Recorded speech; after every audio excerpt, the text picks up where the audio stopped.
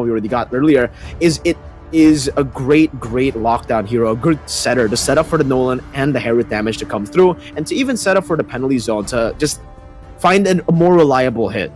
Yeah. But then the final reason has got to be the Fredrin. I think back then when Fredrin was ultra meta, the way that you would actually try to counter it in the jungle would be the Guinevere. The Guinevere would be a solid answer to go for the retreat battles, because you could actually just go away with the spatial migration, get the stun, and it kind of works in a way similar to the Akai. You CC your opponent to get 100-0 retreat, to win out in the retreat battle, and because of the range changes, now the Guinevere we don't see too much in the jungle, but I think for Keyboy, you can still make it work. It's a good Novaria pick though. I think that will kind of stop and give the Guinevere a hurdle if they do still decide to go for the Guinevere, because on the Guinevere you're very reliant on these ambushing attacks. You need to play outside of the vision, right? You have to play within the pockets there, back and forth, because if you get read out, it's pretty easy to predict, you know, a spatial migration coming in from the Guinevere. You can see it in their eyes almost.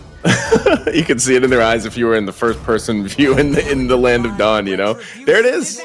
I was saying, you know, we saw this iteration already, these combination of heroes with some minor changes. Instead of the Terizla yesterday, it was an Arlot.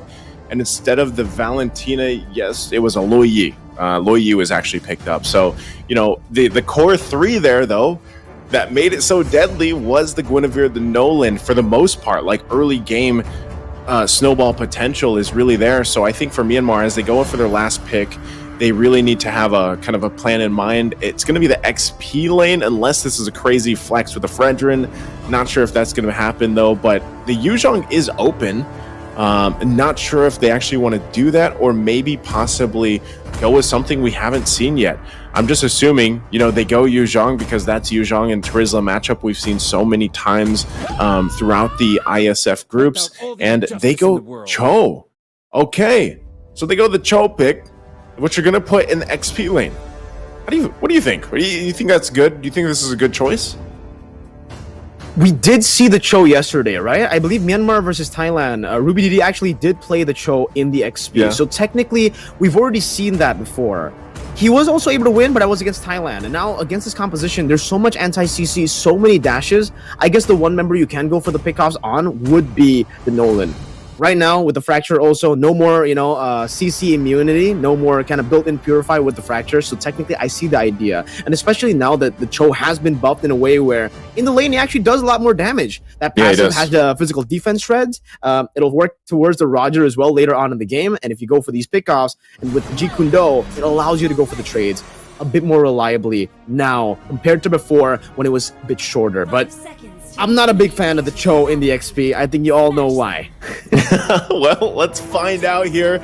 Ladies and gentlemen, it's game number 2. Match point for Indonesia to move forward and advance to qualifying for the WEC in Riyadh. All they need is this one win to move forward. Myanmar, can they extend the series to get to the 3 game? We're going to have to take a look at this exactly because, yeah, like we said, there's a whole lot of Purifies here to deal with a lot of the CC that Myanmar has available to them. And look at this, already early rotations happening here for Juno. But, you know, one thing too, I'm not sure if anyone's going to get a kill with this early on with this lineup, but with Ruby DD running, like you said, this kind of new Cho, having that passive, I think it's like 180% is what you get with that bonus attack. But then you have a concussive blast. So I'm wondering how the lineup, or how the matchup with even going against a Terizla performs in terms of like the numbers and being able to stay. Or is it just purely, I'm going to go and try to get some pickoffs, you know, because right now they're just duking it out. And you can see Lutby also went up with the Brave Smite.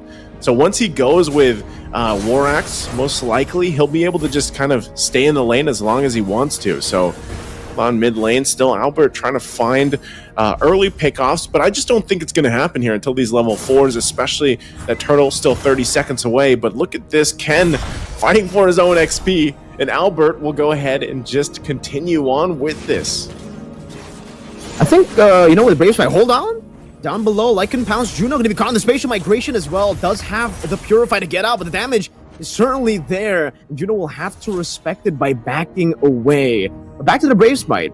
So most Terizlas that we've seen, especially with the War Axe change, they go for the Impure Rage to get more mana, and then they just go and rely on the sustainability of the War Axe. So the fact that he's doubling down means he's ready for Myanmar's you know, full-on team fight and the longer team fights. As Albert starts his turtle, Keyboy's hovering over, doesn't have that level 4 just yet, but has already been able to shove in that bottom lane, or that mid lane actually. Good actual echo, and that's giving the spatial migration. Albert with the fracture, not even, actually, will be able to go for it. Now penalty zone locking him down with the violent requiem. Albert picking up the first blood, as Zide will be forced to run away, but even then, the retribution slows him down, gives Albert the movement speed to catch back up and to take him out. A 2-0 start for Indonesia.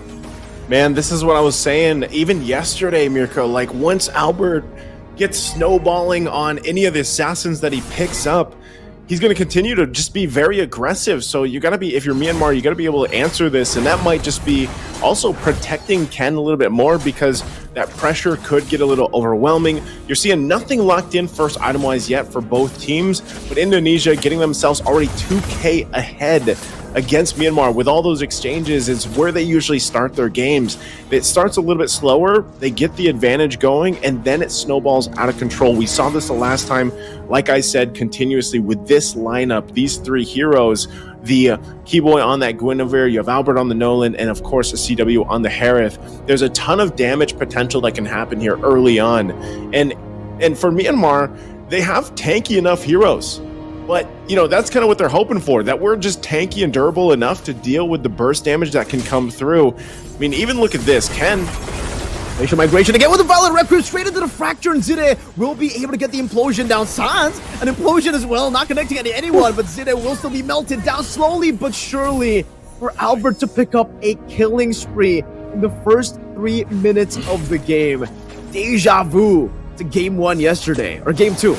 Yeah, you see what I'm saying though? Like Myanmar, they drafted this because they're like, I hope we're tanky enough to go and deal with this burst, but it's just showing that they're not. And a lot of that has to do with the way Indonesia is cycling through their CC. And that's whether, and we talked about this extensively in the draft, that Keyboy was probably going to pick up the Guinevere, and I'm surprised that it actually wasn't banned out for the last ban from Myanmar, because it works wonders with this lineup. So now that this turtle's up here, Myanmar, despite them being down already, you know, 3,000-4,000 gold, they do still want to fight for this objective. And as long as they at least, you know, watch out for Keyboy setting up just like that, that's good.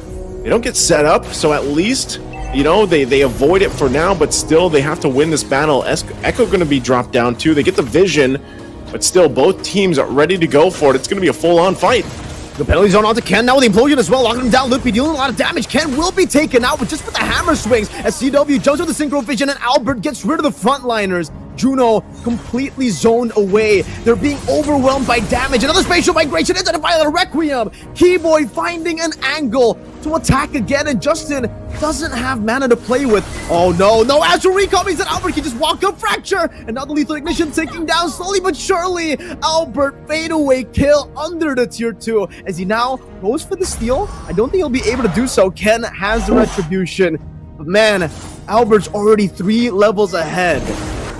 Oh, awesome. We're going to take a look at this replay here on how this kind of unfolded. And like I was saying, you know, Myanmar, I'm surprised they really do want to go and fight for this, because, wow, that's all in reverse, by the way. So it's all in reverse, I think. But Dynamics, bro. The dynamics. But, you know, as we saw that unfold, it was Myanmar just choosing to fight for that. And honestly, it didn't work out for them the way they wanted it to. And Albert also, with that whole exchange, now picks up the Sky Piercer.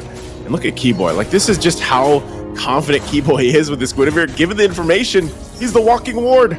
Spatial migration only onto the orange buff. Albert decides to just take it away from Ken.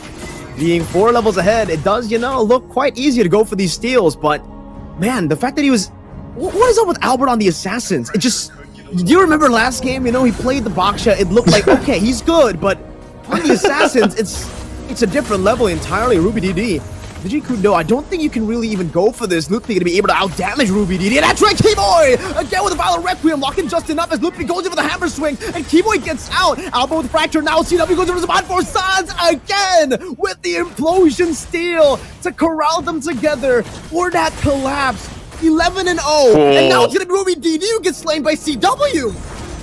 My goodness, just like yesterday. The same thing is happening with this lineup that just has a few changes, but what the heck?